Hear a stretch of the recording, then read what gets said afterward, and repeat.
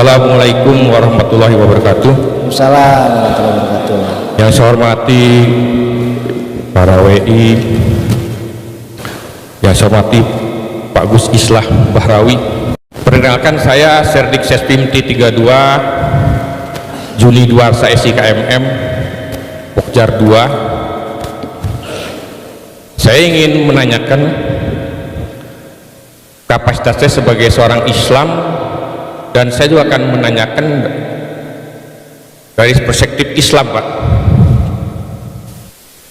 Saya selaku umat Islam, mungkin dengan rekan-rekan Islam yang lain, sepakat, Pak, bahwa agama Islam itu agama yang cinta damai, agama rahmatan ilahil amin, agama yang menjunjung toleransi, Pak. Itu bisa kita lihat dalam surat Al-Kafirun, lakum dinukum waliyadin. Sudah jelas Islam itu agama yang sangat menjunjung toleransi. Mensikapi apa yang Bapak ceritakan tadi terkait politisasi agama, ya. Saya juga membaca Al-Quran bahwa memang sejarah Islam dari dulu sering diadu domba, Pak. Dan Allah juga akhirnya mengeluarkan surat firman-Nya, Quran surat Al-Baqarah 120 tentang musuh-musuh Islam, Pak, musuh-musuh agama, musuh-musuh Allah. Dan An-Nisa 89 jelas, itu tidak perlu saya jelaskan, tapi firman Allah Al-Baqarah itu dan An-Nisa itu jelas agar kita memahami bahwa musuh-musuh kita itu ini. Mensikapi perkembangan dinamika agama Islam ini, Pak, memang benar disampaikan Bapak bahwa Islam ini kok kayak gampang diadu domba gitu, Pak. Nah, kaitkan dengan musuh-musuh ini, saya juga membaca penyesatan agama Islam ini, Pak, seperti dibuatnya mazhab Syiah, yang di sini Abdullah bin Sabah, Pak, ya seorang Yahudi, dia membuat mazhab Harawit tadi yang Bapak sampaikan, ada mazhab Badariyah, mazhab Jahmaniyah, membuat bid'ah, Pak. Itu juga bagian-bagian dari musuh Islam dalam rangka ingin mengadu domba, memecah belah Islam. Ada juga Muslim liberal, Muslim formalistik, Muslim nasionalistis, invasi media. Nah, ini kan juga bagian-bagian ingin memecah Islam, Pak. Pertanyaan dari dinamika ini, menurut Pak Gus, apakah ada kemungkinan konspirasi, Pak, memang di era sekarang dengan yang musuh-musuh yang ada yang saya sampaikan tadi, yang memang satu negara ataupun mungkin Bapak sebutkan tadi Amerika atau Yahudi berkonspirasi memang ingin memecah belah Islam, itu terutama di Indonesia juga, Pak, dengan membuat teroris. Terus pertanyaan keduanya, sudah sejauh mana orang-orang Islam terutama yang paham akan Al-Quran Sunnah dalam rangka mengantisipasi pun langkah-langkah strategis dalam menghadapi musuh-musuh Islam tersebut yang ingin memecah belah, Pak? Ini pertanyaan saya, Pak, ya. Terus yang pertanyaan yang lain, Pak, terkait perkembangan agama Islam juga di Indonesia ini, Pak, terutama masalah hari raya yang sangat berbeda, Pak. Apakah juga bagian dari suatu kualitasasi agama? Karena apa? Ketika ada perbedaan, Quran surat An-Nisa 59 jelas menyatakan, Pak, bahwa kita harus patuh pada Allah, Rasul, dan uli amri. Uli amri itu pegang kekuasaan. Ini mohon maaf, Pak, kan ada di sini, ya mohon maaf, ada NU dan Muhammadiyah, Pak. Kan semua itu warga negara, Pak. Kenapa dia tidak mau patuh dengan uli amri, Pak? Karena uli amri itu yang menentukan waktu lebaran, waktu puasa. Kenapa tidak mau patuh sama uli amri itu, Pak? Nah, ini juga ingin saya tanyakan, Pak, ya. Terus bagaimana kita mempunyai satu suara sebagai orang Islam? Tadi saya sampaikan, saya dari perspektif Islam, Pak, gitu, Pak. Jadi itu saja pertanyaan saya. Terima kasih, Pak.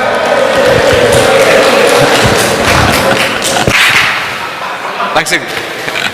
Terima kasih, Pak. Ini karena saya pakai suara tenor, yang nanya pakai tenor juga. Satu hal memang Pak, saya tadi sudah katakan bahwa yang membuat berbagai perpecahan-perpecahan yang kemudian membuat berbagai sekte dengan tafsir-tafsir yang berbeda, itu sebenarnya memang diawali oleh perpecahan-perpecahan dalam politik. Yang paling awal perpecahan itu adalah antara Sunni dan Syiah. Kita meyakini bahwa itu terjadi pengadu dombaan oleh Muhammad bin Sabah. Tapi apapun Pak, perpecahan sebelum itu sudah terjadi. Itu adalah perang Jamal antara pasukan Sayyidina Ali dan pasukannya Siti Aisyah. Termasuk juga perang antara Sayyidina Ali dan Muawiyah yang kita kenal dengan perang Siffin. Tapi sebelum itu sudah terjadi perpecahan yang sangat signifikan di Madinah ketika Muhammad bin Abu Bakar gagal dilantik menjadi gubernur Mesir, yang kemudian berujung kepada pembantaian terhadap Sayyidina Utsman ibnu Affan. Perpecahan-perpecahan ini sudah terjadi dan kemudian menimbulkan multitafsir di dalam para sahabat sendiri. Mohon izin Pak, hadis Nabi ini rampung ditulis 200 tahun setelah Rasulullah wafat. Bayangin, 2 abad Pak. Yang namanya kitab Bukhari itu dirampungkan 200 tahun setelah Nabi wafat. Yang mentashih ya Imam Bukhari. Kita percaya kepada Imam Bukhari bahwa ini sahih, ini dhaif, ini maudhu dan sebagainya. Makanya saya sering katakan, kita hari ini beragama ini, terutama Islam dan juga mungkin Kristen, Hindu dan Buddha, bahwa kita ini sekarang beragama berdasarkan katanya. Kita semua ini saya sering mengatakan bahwa kita semua ini bukan pemeluk agama. Kita itu hari ini pemeluk tafsir-tafsir agama. Dan semuanya katanya. Kata siapa? Kata mufassir. Coba bayangin, ada satu kejadian hari ini terjadi tabrakan di depan Sesping. Yang luka itu lututnya. Besok ketika didengar di Bandung, itu bisa jadi yang luka kepalanya. 1 hari loh Pak. Hadis ini dirangkum, dikodifikasi 200 tahun rampungnya setelah Rasulullah wafat. Adakah deviasi di situ? Ada. Terbukti ada ribuan hadis yang kemudian disortir. Tapi apakah hadis yang dinyatakan tidak sahih ini dipakai hari ini? Dipakai Pak. Itulah kemudian yang menjadi dari prinsip dasar perbedaan-perbedaan tafsir berdasarkan usul fikih dan tasih yang berbeda. Surat Al-Baqarah ayat 20, Surat Al-Baqarah ayat 29, Surat Al-Baqarah ayat 41 yang paling sering dipakai oleh orang-orang dari kelompok teror hari ini. Mereka hanya menerjemahkan secara tekstual tanpa pernah tahu bahwa ini ayat turun ketika apa. Ayat ini turun ketika pasca perang Tabuk, ketika tidak ada satupun hanya sedikit pasukan Islam yang mau berperang ke Tabuk. Lalu kemudian di situ Allah marah kasarnya. Keluarlah ayat ini yang mengatakan musuh Islam itu adalah musuhnya orang-orang munafik itu. Angkal Yahudu ala Nasoro dan sebagainya. Karena orang-orang ini yang menolak berperang. Lalu turunlah ayat ini. Ayat ini kalau dipakai pada masa damai seperti hari ini, selesai kita. Lalu kemudian mencetak berbagai teroris-teroris yang masih meyakini bahwa ayat ini harus dipakai kapanpun. Padahal ada asbabun nuzulnya, sejarah turunnya. Pelaku bom Astana Anyar kemarin menggunakan ayat ini sebagai pembenaran. Ketika ayat-ayat perang dipakai pada masa damai, ini yang menjadi persoalan. Makanya ketika saya protes terhadap harokah istishhadiyah fatwanya Ustadz Abdul Somad, saya protes. Ustadz Abdul Somad pernah menghalalkan bom bunuh diri di Palestina yang disebut dengan harokah istishhadiyah. Saya bilang jangan main-main dengan fatwa. Meskipun Ustadz Abdul Somad mengatakan bahwa ini halal dilakukan di Palestina, tidak boleh dilakukan di Indonesia karena Indonesia negara damai. Persoalannya kelompok teror tidak menganggap Indonesia ini negara damai. Ini Darul Harb, ini daerah perang ini. Dan terbukti pelaku bom Katedral Makassar di dalam handphonenya itu ditemukan videonya Abdus Somad ketika berfatwa tentang bom bunuh diri halal sebagai harokah istishhadi. Saya protes, jangan main-main Pak, jangan main-main Ustadz dengan fatwa ini. Karena fatwanya Abu Bakar Naji dalam kitab Idarat At-Tawahhus yang sebenarnya ditujukan kepada orang-orang di Irak dan Suriah ketika ISIS berjaya pada tahun 2012, fatwanya dikeluarkan oleh Abu Bakar Naji, seorang ulama Saudi. Fatwa itu akhirnya apa? Dipakai juga di Indonesia. Fatwa itu no boundaries, borderless bagi sebagian orang. Jangan kemudian dianggap ini hanya berlaku di Palestina, di sini tidak berlaku. Nggak bisa. Perspektif orang berbeda-beda, interpretasi orang berbeda-beda. Akhirnya apa? Fatwanya Abdus Somad dipakai di sini. Masih ada itu di Google videonya. Ada seorang pelaku bom Katedral Makassar, seorang ibu-ibu mengatakan ini harokah istishhadiyah, boleh dilakukan di Makassar. Coba. Nah, tafsir-tafsir yang seperti ini yang kemudian membuat kita berpecah belah. Islam itu tadinya satu, Kristen tadinya juga satu, Hindu juga satu, tapi kemudian kepentingan-kepentingan politiklah kemudian yang membuat ini bersekte-sekte, yang membuat hukum-hukum sendiri dengan tafsir-tafsir sendiri.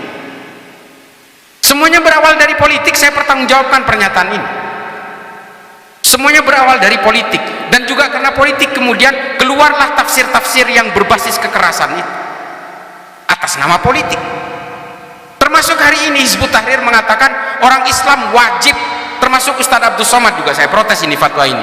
Dia mengatakan bahwa dalam kitabnya Al-Mustadrak ala Sahihain, Imam Al-Hakim mewajibkan semua umat Islam untuk mendukung khilafah. Saya katakan tidak ada satupun negara yang mendukung khilafah hari ini, yang menggunakan sistem politik khilafah hari ini. Artinya apa? Semua orang Islam di seluruh dunia berdosa karena diwajibkan. Lalu saya katakan, jangan salah, Al-Mustadrak ala Sahihain yang ditulis oleh Imam Al-Hakim itu tidak boleh diikuti oleh Adz-Dzahabi karena ditulis oleh Imam Al-Hakim dalam keadaan pikun. Nggak ada balasan sampai sekarang dari Ustadz Abdus Somad. Saya juga sering protes Pak, dan juga saya diprotes oleh banyak orang. Perang Israel dan Palestina ini bukan perang agama, ini perang politik. Coba baca bukunya Simon Sebag Montefiore, Jerusalem, The Biography.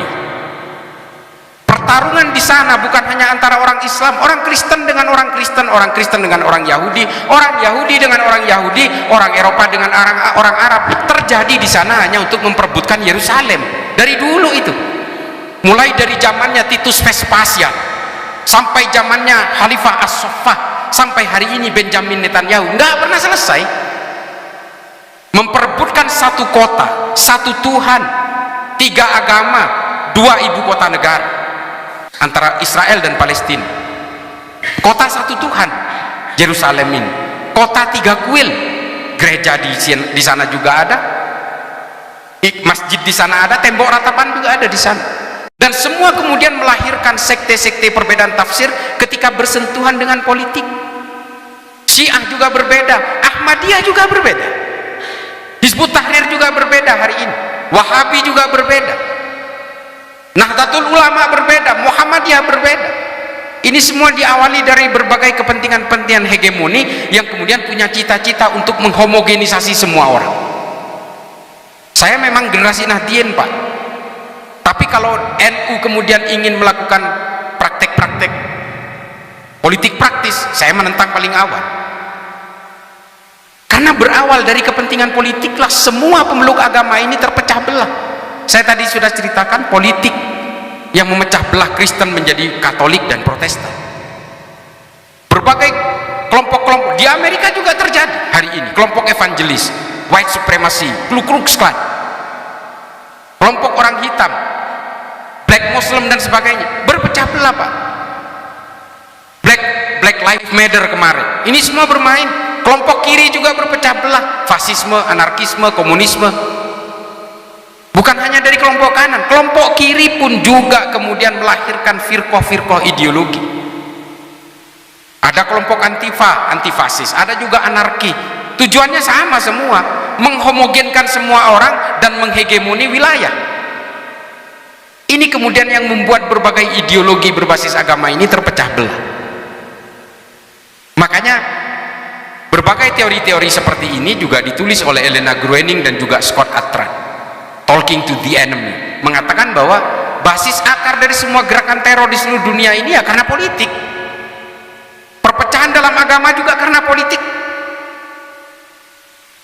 Makanya kemudian kalau politisasi agama ini terus kita tidak bisa tangani, bukan hanya agama yang terpecah belah, Pak. Enklav-enklav sosial dan intimasi sosial masyarakat juga akan hancur.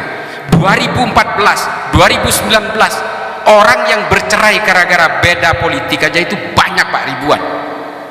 Apalagi saling mengkafirkan sesama orang Islam, saling mengkafirkan sesama orang Kristen, banyak sekali. Suami istri bercerai gara-gara satu milih Jokowi, satu milih Prabowo itu banyak, 1370-an angka perceraian gara-gara politik. Coba. Makanya bahaya kalau sudah ranah-ranah keimanan dibawa ke dalam urusan politik, maka yang ada adalah penghakiman-penghakiman. Politik ini bukan urusan akidah, bukan urusan keimanan. Politik ini fikih. Apa fikih? Hukum, kesepakatan, ijtima. Makanya kemudian yang menjadi bahaya adalah ketika orang menyeret paksa persoalan politik ke dalam ranah-ranah akidah. Makanya yang terjadi apa? Penghakiman-penghakiman. Sampai ada jenazahnya ibu-ibu meninggal nggak mau disolatkan di dalam masjid karena dia pendukungnya Ahok. Coba, saya bukan pendukungnya Ahok dalam konteks ini, tapi menurut saya inilah yang berbahaya, bahaya sekali. Saya sering menyuarakan ini di media sosial, Pak. Tolong kalau memang punya kesempatan follow Instagram saya _Bahrawi, Twitter saya juga. Saya paling getol menyuarakan ini karena saya menganggap ini berbahaya buat semua agama dan berbahaya buat peradaban manusia. Karena dari persoalan politisasi agama lah kemudian lahir tafsir-tafsir yang berbeda, yang kemudian juga melahirkan berbagai penghakiman-penghakiman. Orang kemudian lalai dalam kemanusiaan. Saya kira begitu ya, Pak.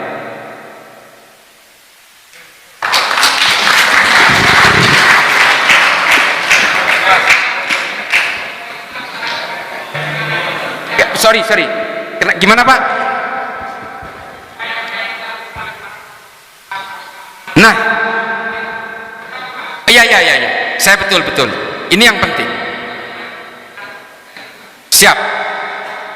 Ini penting juga. Mengapa saya mengatakan di berbagai podcast saya dengan Akbar Faisal, dengan Ahmad Sahal, dan juga berbagai tokoh podcast saya katakan bahwa DNA Islam itu bukan politik. Lalu apa DNA Islam? Dan yakin saya semua agama, bahwa semua agama itu berbasis kemanusiaan dan kedamaian. Seperti yang saya ceritakan tadi, genealogi turunnya semua agama. Makanya kemudian Nabi Muhammad ketika menjelang wafat, hanya 3 kali yang dia ucapkan, ummati, ummati, ummati. Yang dia khawatirkan adalah persoalan umat. Dan juga mengapa Nabi Muhammad sebelum wafatnya tidak menyebut satu nama sebagai penggantinya beliau. Ini ditulis oleh berbagai ahli sejarah yang mengatakan Nabi Muhammad tidak pernah satu pun menyebut penggantinya, satu nama pun. Penunjukan Abu Bakar ini adalah hasil aklamasi. Ini adalah indikator bahwa Nabi Muhammad tidak mewariskan Islam ini sebagai entitas akselerasi politik.